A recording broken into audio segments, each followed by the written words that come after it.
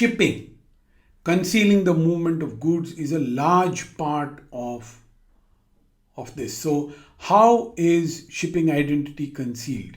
This is not exclusive to North Korea, but it's discussed in the context of North Korea.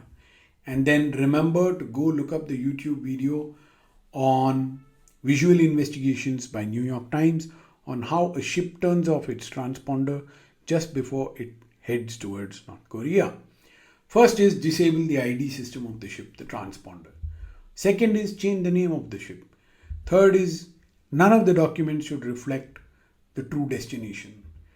Fourth is on high seas, transfer from a low-risk flagged ship to a North Korean ship. Fifth is take detours, go to Vladivostok as a port, which is what visual investigations reveals. It shows you a non-sanctioned country ship going to an obscure port in Russia, leaving the goods there. A North Korean ship arrives a few days later, picks up the stuff and takes it to North Korea.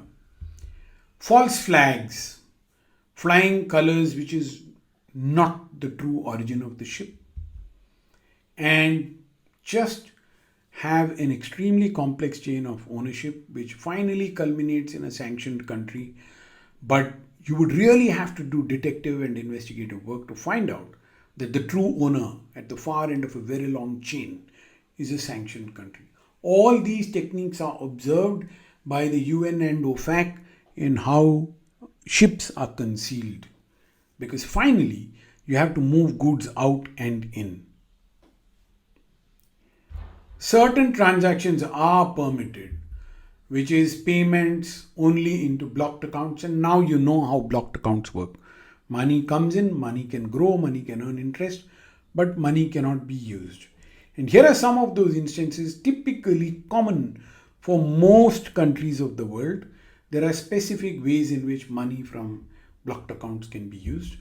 One of them is payment for legal services.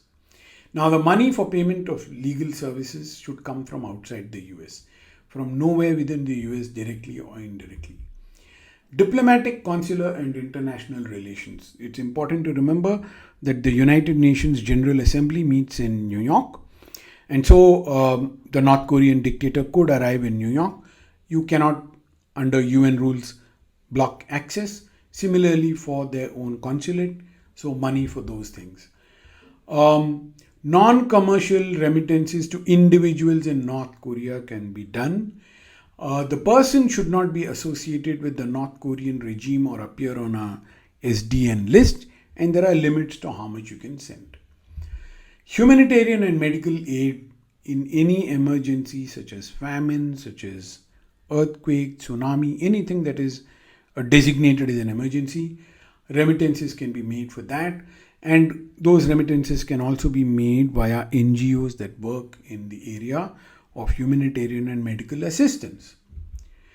Costs associated with calling on US ports. If a North Korean vessel, plane or ship has an emergency, it's in distress, engine failure, adrift, and it has a crew and everybody's life is in danger, it calls on the nearest port, which happens to be a US territory, then those costs can be recovered.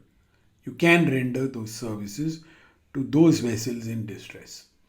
Finally, there's a miscellaneous category which covers telecom, email, payments for patents, copyright, intellectual property, and stuff like that, which is flow of money to Americans that supply these services or own those patents. Now, it cannot be patents, copyrights for products which are in any SGN list. Yes. Now, each has associated terms and conditions and reporting obligations with strict timelines. Always check before transacting. Has anything changed? This is how it looks at the time of publishing.